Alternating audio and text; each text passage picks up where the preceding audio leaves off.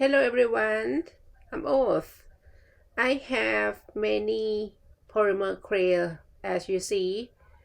They are a little dried and every time before I create, I need to knead them to make them softer and this is not fun at all. I hurt my hand.